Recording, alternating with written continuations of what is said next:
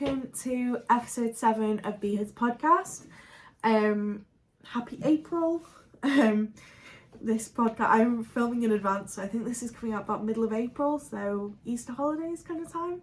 So anyway, today I wanted to talk about late stage autism and anything neurodivergent diagnosis and how it can affect a person in many ways, and how people say these conditions seem to be gaining in popularity or gaining, and they're not. The recognition and diagnosis and people willing to say, hi, my name is and I have, is increasing, and so it should. There is still a lot of misunderstanding around neurodivergent conditions, but in particular relating into autism and ADHD, where individuals from female to non-binary, gender fluid, transgender, and anything else that you choose to declare yourself as, which is absolutely fine, be you, 100%, but we are misrepresented, and especially in ethnic minorities, you are less likely to be diagnosed. I was listening to a book on the statistics the other day, and it's horrifying. But I'm going to talk from my experience as a late stage diagnosis and how it changed a lot, and how it changed me, and how it was a gateway for me to get the mental health support that I needed, and it allowed me to understand myself so much better. But 700,000 people in the UK are estimated to be on the autism spectrum. That's a lot of people. A lot of people. 7 in 10 autistic young people, or when these adults were young people, wish their teachers understood their autism better and feels like they would have fitted in and performed better in the academic environment.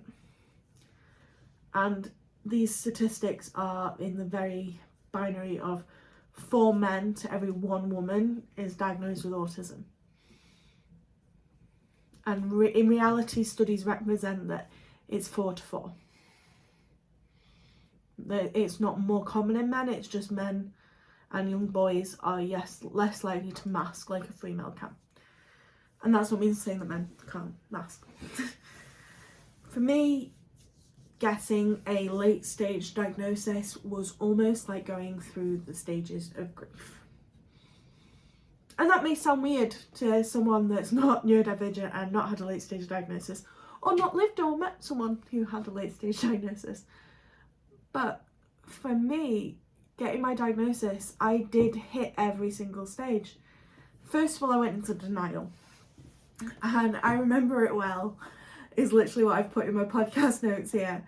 I remember it well. I remember that the report arriving in October 2019, I'm reading all 18 pages multiple times, dyslexic. It took me a while. Thinking, that's not me. I can do that. I can cope. I'm normal. I rejected the diagnosis, even though inside I really knew it did make a lot of sense and it did fit why I was a little different. So I went a few days. For me, some people, this can be weeks of denying, and no, I'm fine. And I didn't think it helped that I was mentally ill at the time either. Then I hit anger, and I remember this. So anger. After a couple of days, the denial subsided, and into the anger I lapsed. And just for an example of a few of the thoughts that were going through my head at this time was, why had nobody noticed before now? I'm 18. Why me?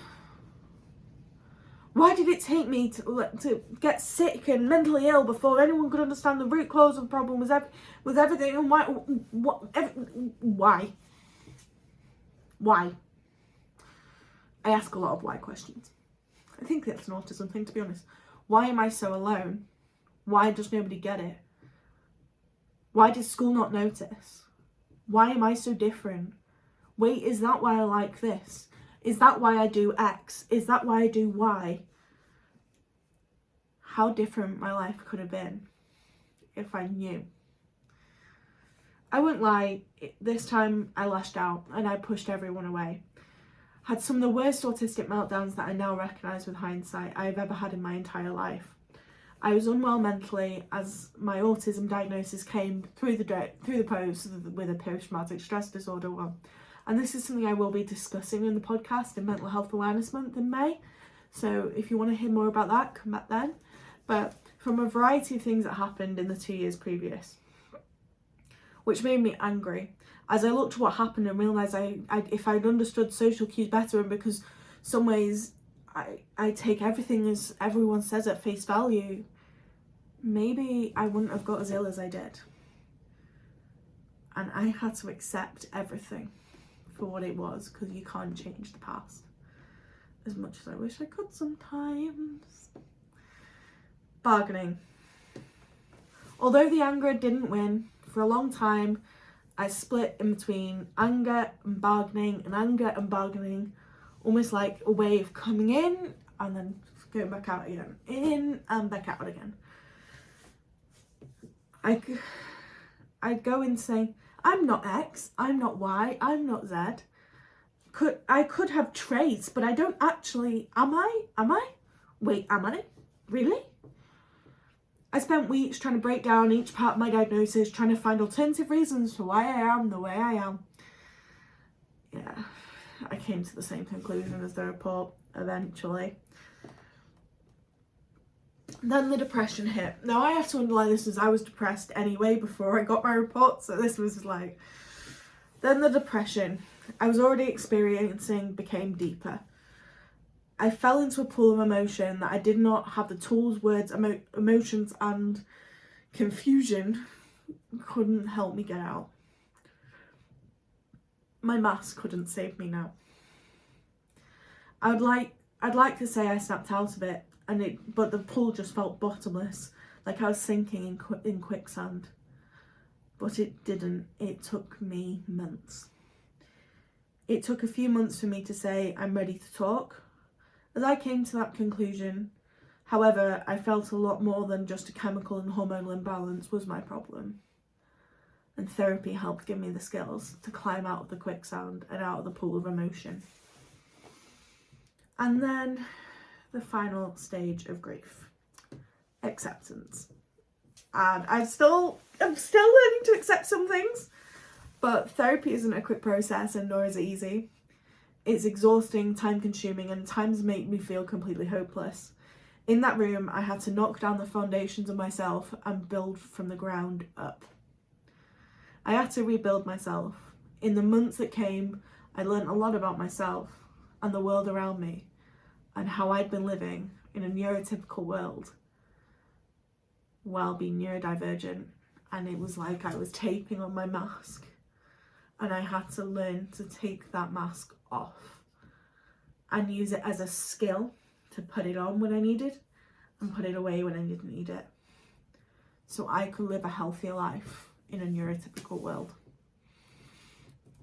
The reason why I am telling you all this is I hope that one day someone will receive a diagnosis and understand that it's nothing they did nor that they didn't do, that they are amazing and they're a human being and their skills are still valid and their feelings are still valid and they are still a valid human. The journey to acceptance can be long with plenty of bumps and obstacles, but you will get there. So that was my journey kind of summed up quite quickly into accepting a late stage diagnosis. And late stage diagnosis, people often say, you've changed since you got that diagnosis.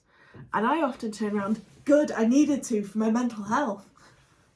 Is more or less my snapback. I was like, I changed or I wouldn't be here. Which would you prefer? In fact, don't answer that. Don't answer that. Anyway, and people often say, since you got that diagnosis, you talk about it a lot. Since you got that, you're more passionate about this. And I'm like, do you know what I am? And I'm not the first person this will happen to, and nor will I be the last. But it lit a fire in me, in a way. Because I don't want anyone to feel as hopeless as I did. But I also want people to be aware that when you get a neurodivergent diagnosis, whether that's dyslexia, dyscalculia, dysgraphia, autism, ADHD, ADD, DLD. Yeah, you get a report. And that report, and this is a life goal of mine, that when you get a diagnosis, you also get a book or a few pages of the positives that you can do because of your neurodivergence. And that is a life goal of mine. But I want people to understand that there are massive benefits to their neurodiversity, and it is nothing to be ashamed of.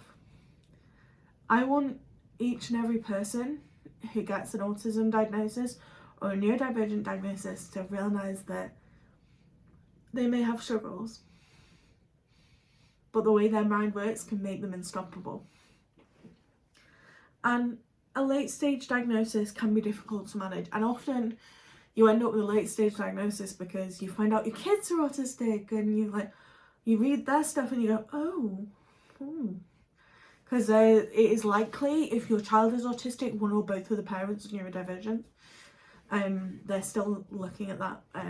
It wouldn't surprise me, no, my family, but it's used to be something to be ashamed of. And people often say to me all the time, you can't have a naughty kid anymore, they're just autistic or they've just ADHD. And no, naughty children still exist. And you can have a naughty child that's not autistic and not got ADHD. It can just be a naughty child. But we are talking for reasons for certain behaviours and certain profiles and certain psychologies that mean that child is acting that way because they can't cope. And people used to say when I had meltdowns quite publicly, also I'm told I had meltdowns quite publicly, I should say, that people's like, oh, she just didn't get away. It's like, no, I was so overwhelmed with emotion, sensory input and the circumstances I was in that I just lost it. Completely lost it. And that's a misconception, that a meltdown is the same as a tantrum. Then they're very different. So bear with that friend. I think that's really what I want to say here, is that bear with that friend who's just got a diagnosis. Bear with that friend who is still learning to accept themselves. And bear with that person who you think is neurodivergent but doesn't know it yet. Because a diagnosis can rock their world. But I also want to say that a diagnosis isn't everything. Getting a diagnosis in the UK is 2 or 3 year wait list minimum. Mine got fast tracked because we paid for it, and not everyone is in the financial position to do so. But what I really want to get out there is that if you need to get a diagnosis for yourself, pursue it. It may take a while, but pursue it. But if you suspect that you hit certain criteria of the autism spectrum, of the ADHD diagnostic criteria, of dyslexia, dyscalculia, learn coping strategies. We're in the age of the World Wide Web. You can find a lot of things. There are certain things that are gatekeeped, which I disagree with, and I break them down, and I am the first person to say, I found this, it helps. Like my fidget collection is ever growing. This one's like a sugar ball. I can't tell you what's in it, but it's amazing. We, as a community, we will open you open arms, whether you actually got a diagnosis or not, because the likelihood is, if you think you've got autism, you've probably got enough traits to understand, even if you're not autistic clinically, that you understand where the community's coming from, and we will open you with open arms. Whether that's a controversial opinion or not, I don't mind. I will open you with helping you with open arms. A late stage diagnosis can make you feel so alone, but there's so many people out there that when 18 years like I did, 20 years, 30 years, 40s, I've heard people in their 70s getting an autism diagnosis recently. It doesn't matter, it's never too late, and if you need to do that to understand yourself or get help, do it. It changed my life thoroughly, and I hope that if you're considering getting a diagnosis, you get all the help and support you need from the family and friends around you. I know it's not always that simple, but if there is anything I can ever do in terms of a bouncing ball or signposting you into directions of things, I will be more than happy to do so. My email is underneath here as well as links to my website, and I will do my best to help you. But a late stage diagnosis isn't the end of the world, I promise. My name's Rebecca, I'm neurodivergent and I'm proud of that. I'll see you guys soon. Bye!